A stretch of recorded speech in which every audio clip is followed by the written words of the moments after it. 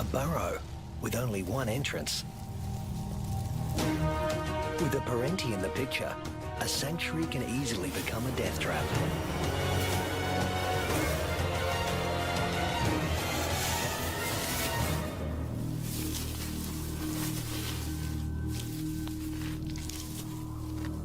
The body of one fearsome reptile disappears into the body of another.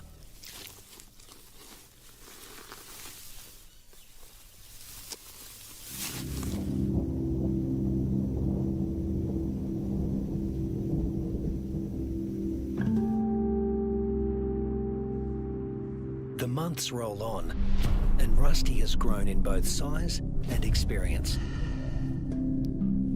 He weighs 150 pounds now and has dozens of sparring matches under his belt. Today, he finds himself with a mob he's met before. The one with the tough male who intimidated him last time.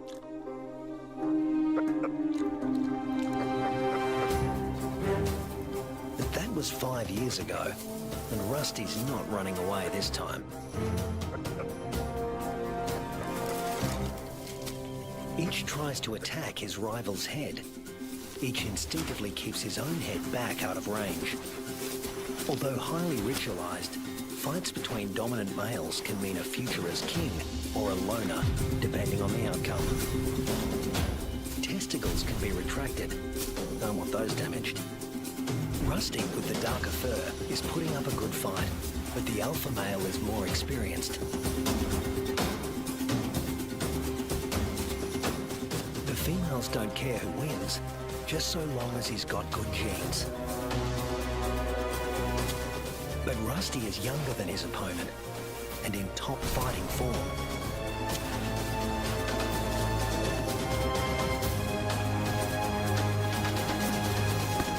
Finally, the king goes down. Now the mob is paying attention.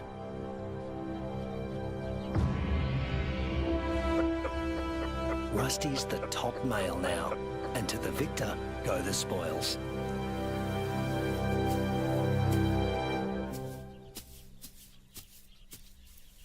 His first choice is this female, though he needs to give her urine the sniff test to make sure she's ovulating.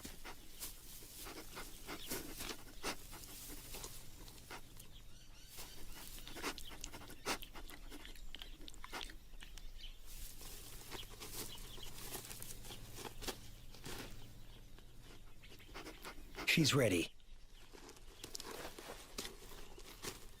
But Rusty has only a brief window of opportunity.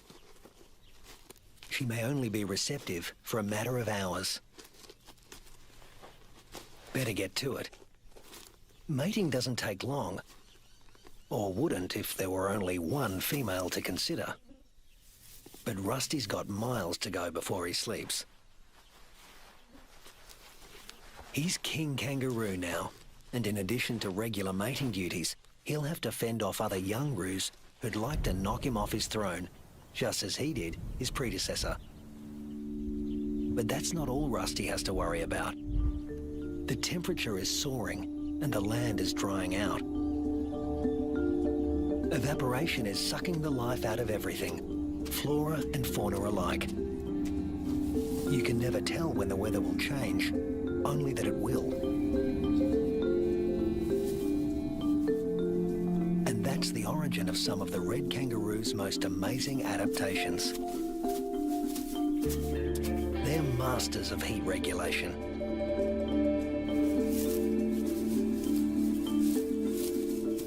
The fur on their backs reflects about 30% of incoming heat and keeps their skin cool, the blue parts of this thermal footage. Spreading saliva over their forearms cools the blood, which has been brought close to the skin's surface via a dense cobweb of capillaries.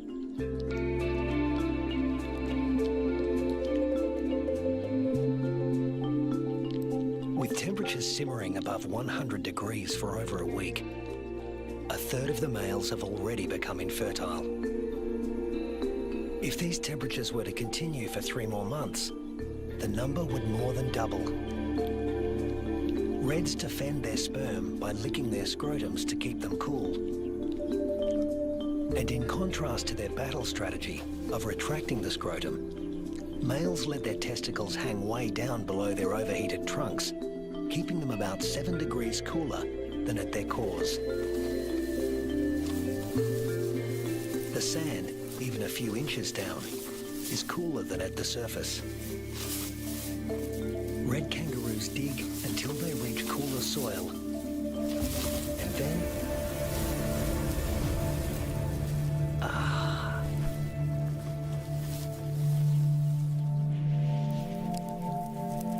it hasn't rained in months now.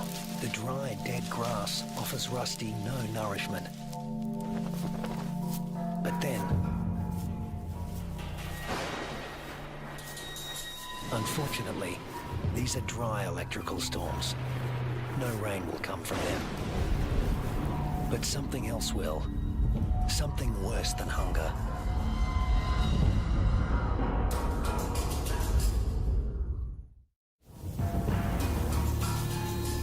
Lightning has ignited the dry grass of the outback.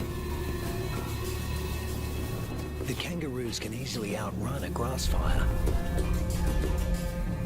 Almost 10% of arid Australia can burn like this in a single year.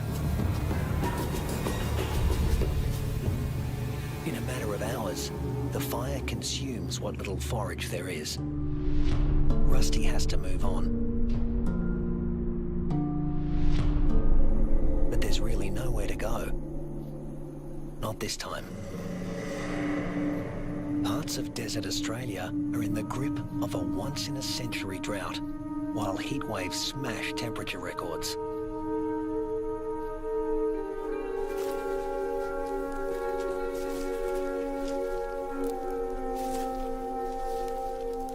Nothing that lives here has ever experienced anything like it, Rusty included.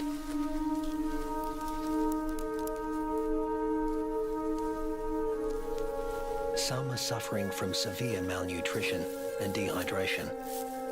But if anyone can survive this, it's a red kangaroo. Human bodies are about 60% water. Rusty's is over 70%. Even in a heat wave like this, he can survive levels of dehydration that would kill most humans.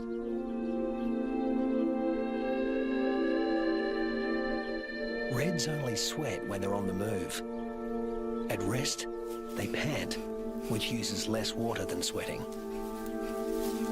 Raising their breathing rate to over 200 breaths a minute reduces their deep body temperature and cools their brains. And of course, they cover their limbs in cooling saliva. But there's a price to pay. Licking uses up precious water. If the drought continues much longer, this form of cooling will be too costly.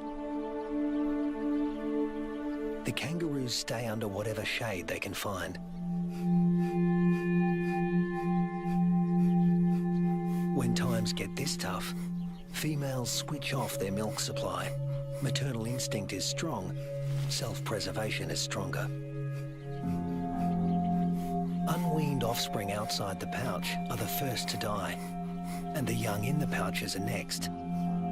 As it dies, the female reactivates her waiting embryo. But if the drought persists, it too will die, and she will stop reproducing altogether. Even Rusty, one of the strongest, is in trouble. In these conditions, the males are the first to succumb, especially the largest, who, like Rusty, need more food.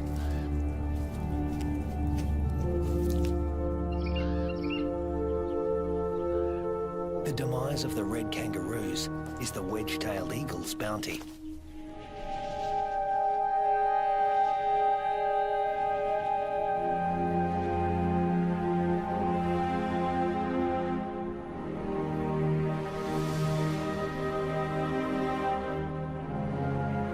And it's not just the kangaroos that are suffering. The drought is taking its toll everywhere. Predators turn on each other to protect a tiny piece of rancid meat.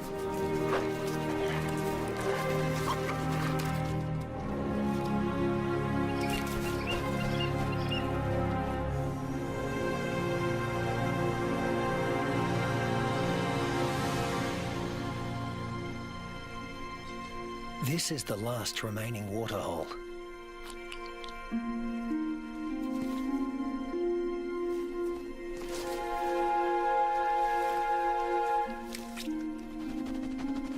It's stagnant and salty. Ordinarily, the animals would never drink this water.